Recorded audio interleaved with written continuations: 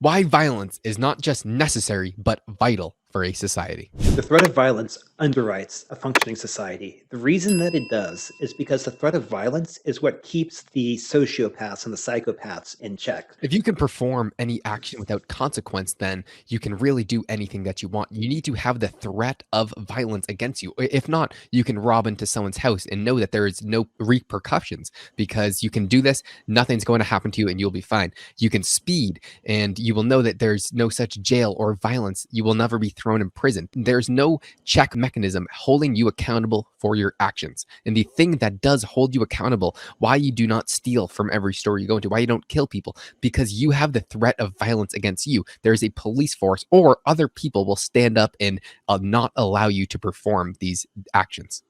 Absolutely. Consider two examples. Number one, consider your property taxes or your income tax. Why do you ultimately pay the tax? Well, of course, you might say, listen, I want to be a good citizen. I want to support the government, and that's all fine. But perhaps other people, perhaps more people will say, the reason I pay my property tax is because if I don't pay the property tax, the government will ultimately come with the barrel of a gun pointed at me and relieve me of my property tax. In other words, I face violence.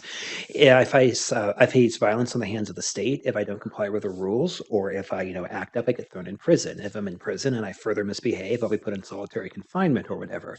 So again, the threat of violence is what provides the motivating force, shall we say, to keep people in line. That's the first thing. Now, Josh, if you have a major metropolitan that says, "Listen, we're not going to prosecute, low-level crimes. We're not going to prosecute shoplifting," and the reason that it's done is because of some silly slave morality, nonsensical reason. More on that in another video, but whatever. Then look at the results of this. Let me call out, look at Seattle, look at Portland, or look at any large city on the West Coast, probably on the East Coast, but the West Coast is where I've got family on the West Coast, so it's easier for me to talk about this stuff that goes on over there. And you just kind of look at what goes on, and so you have people that are just so conditioned, they are so adherent and such strong believers in slave morality, like it's just beyond like the realm of conception in order to push back or to fight back or say, like, listen, of course, we do not want to resort to violence. Resorting to violence is, kind of an admission of a failure in a sense, but at the same time, you always want to have that option on the table because if the option's not on the table, like what's to keep people in check? In fact, in a strange way, another example, last example, Josh, I'm turning it back over to you. Consider, the ICBMs or the Cold War or whatever, right? These missiles slept in silent slumber deep in their silos.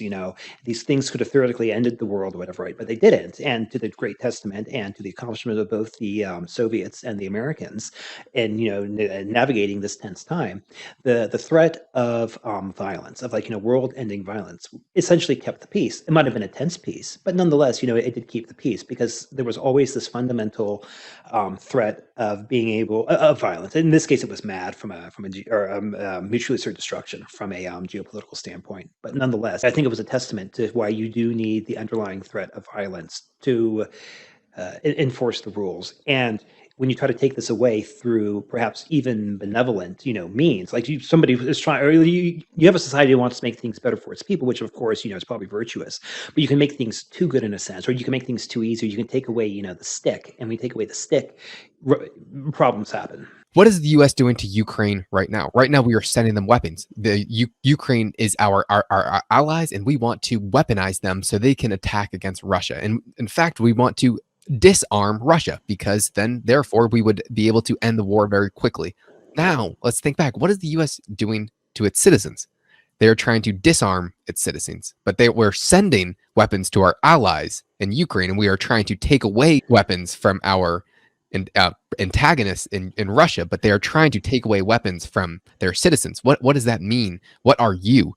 Are you the US's? Are you the government's enemy? And in fact, weapons and guns in general were first meant to be able to protect yourself and hold governments accountable so they could not get too big.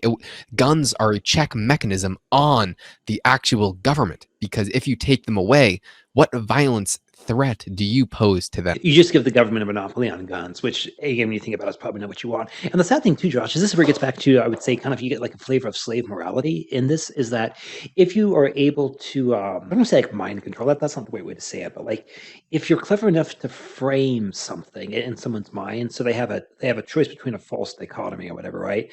Guns are good, guns are bad, or whatever, right? Pro-life, pro-choice, or any hot topic, whatever, right?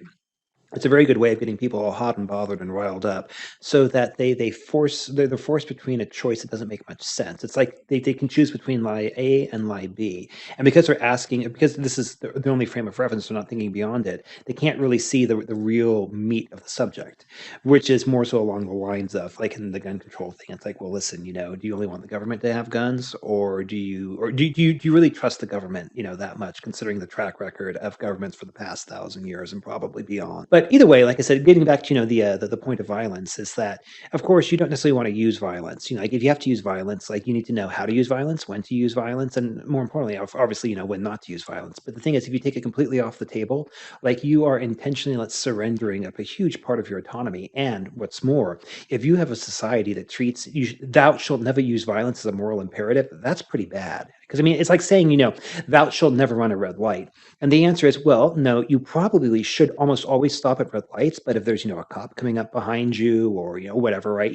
There are times when you can safely run the light, and actually it's probably lawful and you should do that. But when you make these blanket statements like thou shalt never do this, like that's, I think, when people run into trouble. And when you say thou shalt never use violence, you're giving up a huge corrective tool. A part of the human body Yeah. that's supposed to be there. Humans are meant, and all species are supposed to be able to defend themselves against attack. And right now, we are being told that any violence is bad. And under that circumstance, if you are not a threat to anybody, you will have a very high chance of being kind of trampled over. And as the old saying goes, this of the survival, you will die in the scheme of things, and your genes will not be passed on. That is the goal of lifestyle. If I wanted to rule over a bunch of cattle, I would want to rule over a bunch of cattle that wouldn't have that wouldn't even comprehend the fact that they could fight back. It's like, like when you have like a baby elephant, which is always, tragic, going to the circus, whatever, and it starts with a rope, and the baby elephant can't break the chain or the rope around its leg. But by the time it grows up, yeah, it could easily snap it, but it just doesn't think that it can, and so it can be led around. Led around by it. And I think that's kind of the same way that goes on when we basically have violence off the table. And just to be clear, I'm not saying, violence should be the go-to thing, but I It do should never be. think, It's the yeah, only thing that's important is the threat of violence. It is better it's to the be final, it is yeah, better it's the to be final a thing. warrior in a garden than a gardener in a war.